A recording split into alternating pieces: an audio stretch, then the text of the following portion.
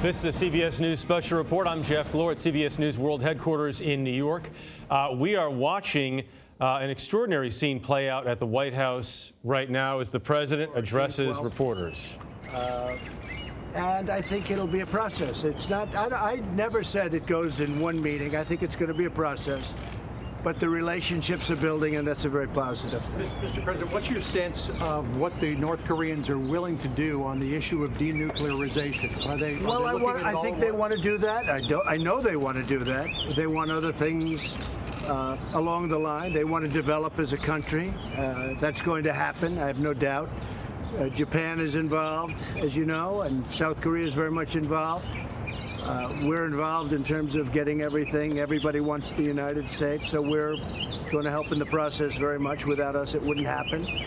But I think that you see a lot of very positive things, including with China. I think you see a lot of very positive things happening with President Xi, who has helped me quite a bit with this. So we'll see where it leads, but we're going to be June 12th. We'll be in Singapore. It'll be a beginning. I don't say, and I've never said it happens in one meeting. You're talking about years of hostility, years of problems, years of really hatred between so many different nations. But I think you're going to have a very positive result in the end. Not from one meeting, but you're going to have a You appear to question their sincerity in your letter to Kim Jong-un last week. Have they gone far enough now? Well, don't forget, my letter was a response to their letter. The media forgot that. You know, the media said, oh, you had a meeting, then you canceled. I didn't cancel the meeting. I canceled it in response to a very tough statement. And I think we're over that, totally over that. And now we're going to deal, and we're going to really start a process.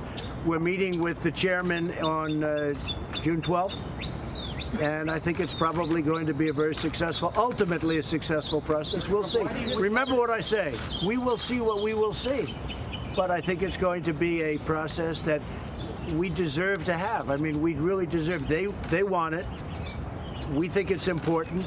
And I think we would be making a big mistake if we didn't have it. I think we're going to have a relationship, and it'll start on June 12th. What can you get done in one meeting? What can you get done on June 12th? Well, this was a very good meeting. Don't forget, this was a meeting where a letter was given to me by Kim Jong-un, and that letter was a very nice letter. Oh, would you like to see what was in that letter? Would you like? How much? How much? How much? Can you give us a flavor of what the letter said? It was a very interesting letter, and at some point it may be appropriate, and maybe I'll be able to give it to you. Maybe you'll be able to see it, and maybe fairly soon. But really, this was a letter presentation that ended up being a 2-hour conversation. Why did it end up going so long? Because we found the whole subject matter very interesting, and because I really think they want to do something, and if it's possible, so do we. What did he ask you? I think all we're going to do is be there on June 12th, and we're going to see what happens. Mike has been dealing very well. They have a very good relationship with Mike Pompeo, our Secretary of State. It was actually very interesting because this was literally going to be the delivery of a letter, and it ended up being a 2-hour conversation with the second most powerful man in North Korea. Did he ask you about levels in South Korea? We talked about almost everything. We talked about a lot. President, have you had a conversation? And we talked about sanctions. Did they agree to CBID? I don't want to say. CBID, sir? We talked about a lot of things. We really did. But the big deal will be on June 12th. And again, it's a process. It doesn't go. We're not going to go in and sign something on June 12th. We never were. We're going to start a process. And I told them today, take your time. You can go fast. We can go slowly. But I think they'd like to see something happen. And if we can work that out, that'd be good. But the process will begin on June 12th in Singapore. Do you believe Kim is committed to denuclearization? Yeah, I do think so. He'd like to see it happen. He wants to be careful. He wants to be, you know, he's not going to run and do things. But I told him, to be honest with you, look, we have sanctions on. They're very powerful sanctions. We would not take sanctions off unless they did it. But the sanctions are very powerful. You've seen how powerful in other ways. You're going to see how powerful sanctions are when it comes to Iran. You see what that's doing to Iran. So we have sanctions on, and at a certain point, I'll tell you what, I look forward to the day when I can take the sanctions off of North Korea. You talk about human rights today, and do you expect to talk We did about not talk about human rights. Do you expect to talk about it on June 12th? Could be, yeah, could be. I think we probably will, and maybe in great detail. We did not talk about human rights. Did you talk about sanctions? Did they ask? Yeah, we did. We talked about, yes, they asked about sanctions. Excuse me? Maximum pressure over. It's going to remain what it is now. I don't even want to use the term maximum pressure anymore because I don't want to use that term. Because we're getting along, you see the relationship, we're getting along. So it's not a question of maximum pressure. It's staying essentially the way it is. At some point, hopefully, a deal for the good of millions of people, a deal will be worked out. Mr. President, how would you describe the state of relations now between the United States and North Korea after your meetings today? Well, I think they're okay. I mean, I think they're good. Is it like the relationships we have with a couple of other countries? Probably not, right? But I think the relationship we have right now with North Korea is as good as it's been in a long time. They had no relationship under the previous administration. There was nothing. It was nothing. They were explaining. It was just a nothing. Nothing was done. Hey, folks, this should not be up to me. This should have been handled a long time ago. This got to a very critical point. This should have been handled many years ago, not only by President Obama, but by other presidents that preceded me. This shouldn't be done now. This should have been done years ago. Do you plan to offer the North Koreans economic aid? Well, what's going to happen is South Korea will do that. No, I don't think the United States is going to have to spend. I think South Korea will do it. I think China, frankly, China will help out. I think that Japan will help out. No, I don't see the United States spending a lot of money. You know, we have 3 hostages. How much money did I spend for the hostages? And look, we're very far away. We are very far away. Those places are very close. That's their neighborhood. We're 6,000 miles away.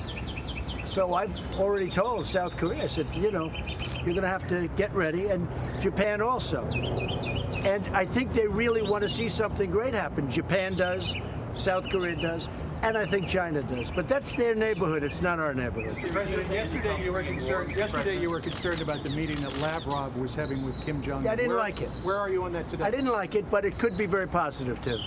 I didn't like the Russian meeting yesterday.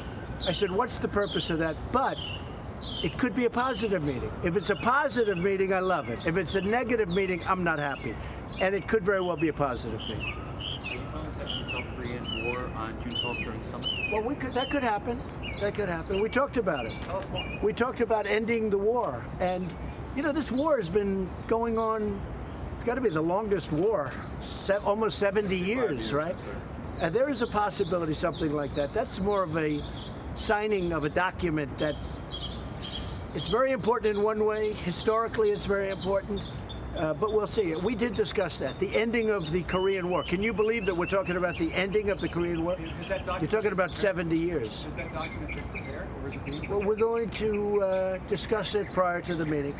That's something that could come out of the meeting. I think really that's something that maybe could come out of the meeting. Where's China on that? I think China would like to see a very positive result. I have a lot of good relations with, as you know, Chairman Xi. He's really a very wonderful guy. He's a man that loves China. However, he wants to do what's best for China. I think China and President Xi would love to see something happen here. When you say you're going to guarantee Kim's security and the North Korean regime's security, how will you do that? How will the United Well, States? we're going to make sure it's secure. We're going to make sure when this is over, it's over. It's not going to be starting up again. And they have a potential to be a great country. And I think South Korea is going to help a lot. Japan's going to help a lot. I think China's going to help a lot. How do you envision that working?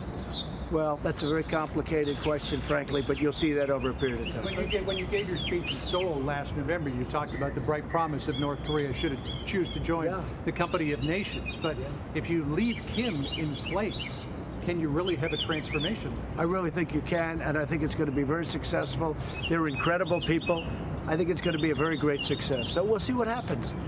But we will see you on June 12th, but I'm sure we'll see you a little bit before that. In the meantime, how's Sarah doing, okay? Have you discussed dates for a second or a third summit? Which one? Have you discussed dates for a I second told or them I third think meeting? you're going to have probably others. Hey, wouldn't it be wonderful if we walked out and everything was settled all of a sudden from sitting down for a couple of hours? Now, I don't see that happening, but I see over a period of time. And frankly, I said, take your time. Take your time. It's going to remain as is, but take your time. One thing I did do, and it was very important, we had hundreds of new sanctions ready to go on.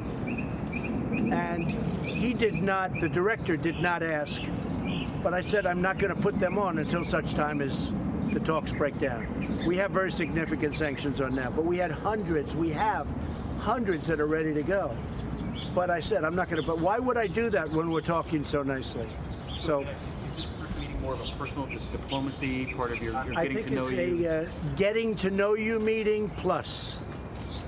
And that can be a very positive thing. President, what was your response to the letter? Did you send anything back? No, I didn't. I haven't seen the letter yet. I purposely didn't open the letter. I haven't opened it. I didn't open it in front of the director. I said, would you want me to open it? He said, you can read it later. I may be in for a big surprise, folks. So long, everybody. What's the next move on NAFTA, sir? Well, NAFTA, look, it's been a terrible deal for the United States. People are starting to see it. We lose over $100 billion a year with Mexico. We lose many, many, many billions of dollars with Canada. Canada doesn't take, I mean, they're very restrictive as to taking our agricultural product and other things. And, you know, all of these countries, including the European Union, they charge 5 times the tariff. We don't charge tariffs, essentially. They charge 5 times what we charge for tariffs. And I believe in the word reciprocal. You're going to charge 5 times, we're going to charge 5 times.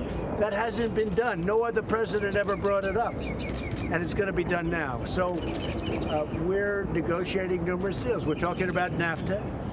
To be honest with you, I wouldn't see NAFTA. I wouldn't mind seeing NAFTA, where you'd go by a different name, where you make a separate deal with Canada and a separate deal with Mexico, because you're talking about a very different 2 countries. But I wouldn't mind seeing a separate deal with Canada, where you have one type of product, so to speak, and a separate deal with Mexico. These are 2 very different countries. It's been a lousy deal for the United States from day one. We lose a lot of money with Canada, and we lose a fortune with Mexico. And it's not going to happen like that anymore. I mean, Mexico has taken our car companies, a big percentage of them, and we can't do that. And look, the American worker agrees with me. Obviously, the stock market agrees, because when you look at what's going on with the stocks, they're starting to see I'm right. But if you take the European Union, and you see the kind of tariff they charge, and then we don't, that's called not fair trade. I want fair trade. I like free trade, but I want fair trade. At a minimum, I want fair trade. And we're going to have it for our workers and for our companies. And you know what? The other side understands it. To be honest with you, they cannot believe that they've gotten away with this for so many decades. Canada, the UK, some of our closest allies are complaining long and loud about these new tariffs. What do you say to them? They're our allies, but they take advantage of us economically. And so I agree. I love Canada. I love Mexico. I love them. But Mexico's making over $100 billion a year. And they're not helping us with our border, because they have strong laws and we have horrible laws. We have horrible border laws. They have strong. They could solve our border problem if they wanted, but they don't want to. And when they want to, then I'll be happy. But I think we have a good chance of doing some great trade deals that will make America great again, right? That's what we're doing. But America has picked up, we've made about $8 trillion in value since, you know, we're double the size of the economy of China. We've picked up a lot of value, a lot of wealth since I've been president. More than $8 trillion. And that's a very low number, because we're talking stock market wealth. I'm talking about beyond that. Our companies are doing great. We're doing great. Our military's rebuilding. We have a lot of great things going. We're going to straighten out trade. The trade is going to be easy. And other countries understand. You know, when I talk to them, they look at me, and this is in closed doors, not for you people. And they essentially say, we can't believe we've gotten away with this for so long. It's like you guys can't believe you've gotten away with it for so long. What's on the agenda for Camp David? I want everyone to watch, because I'll tell you what, we have such a great country right now at this level. I don't think we've ever been on an economic scale. You look at the numbers, 3.8%. We have the lowest numbers of unemployment that we've had. Is it 50 years? I think it's 50 years, right? So we have some of the best economic numbers we've ever had as a nation, and that goes a long way. And we're building something very special. Just remember, we're twice the size, our economy, twice the size of China. Good meeting today. I think it's a great start. What's on the agenda for Camp David? Just a little relaxation, a lot of work. We have a lot of calls set up. I'm calling a lot of the foreign leaders. I'm negotiating trade deals. I'm working hard for you people. Have a good time. Thank you.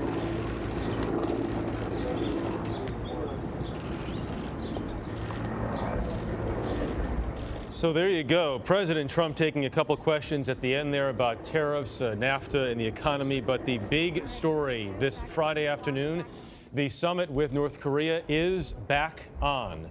The president received a letter from Kim Yong-chol, who he described as the second most powerful person in North Korea. That was a letter from the leader of North Korea. He said it was just supposed to be a delivery, but they spoke in the Oval Office with Secretary of State Mike Pompeo there as well. For about an hour and 20 minutes. The image you're seeing on the side of your screen right now is Kim Yong-chol, who is the highest ranking North Korean official to visit the United States. Again, these images from just a little bit earlier. The woman you see on the right is the translator. The gentleman on the opposite side of President Trump is another North Korean official. You see Secretary of State Pompeo there as well. But an extraordinary moment, an extraordinary meeting at the White House today that appears to have fully resurrected a summit that was called off only 8 days ago. Paula Reid is at the White House right now. Paula seems to be all smiles right now. It does. The president described this as a good start. All we were expecting this afternoon was the handoff of this letter from North Korean leader Kim Jong-un to President Trump. But they wound up meeting, as you said, for well over an hour. And while the president says he has not actually opened that letter, it was this meeting and the words that were exchanged that inspired him to reinstate this summit. But Jeff, you heard a much more cautious President Trump about this summit. He specifically said that there will likely be nothing signed at this meeting, that it will be the first in a series of meetings, but he said he's very optimistic and believes the two countries are heading now in the right direction. Well, Paula, cautious, but also very, very optimistic. I mean, the president wasn't just talking about this, a nuclear summit, but the potential end of 70 years of hostility. You saw him sort of waver back and forth. He said, look, I think that this will make enormous change. And then he also said, well, this will be one of a series of meetings. We're off to a good start. We won't necessarily sign anything. He also said that he believes that North Korea is committed to denuclearization.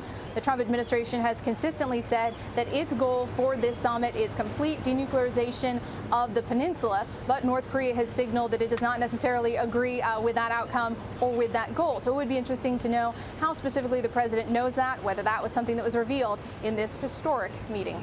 All right, Paula Reid at the White House. Paula, thanks very much, as this meeting is and the delivery of this letter is now over. To recap, the June 12th summit is back on. We will anchor our coverage from Singapore, including the CBS Evening News, beginning Monday, June 11th. More on this in your local station, on this CBS station, and our 24-hour digital network, CBSN. I'll be back on the CBS Evening News. Good day. For news 24 hours a day, go to CBSNews.com.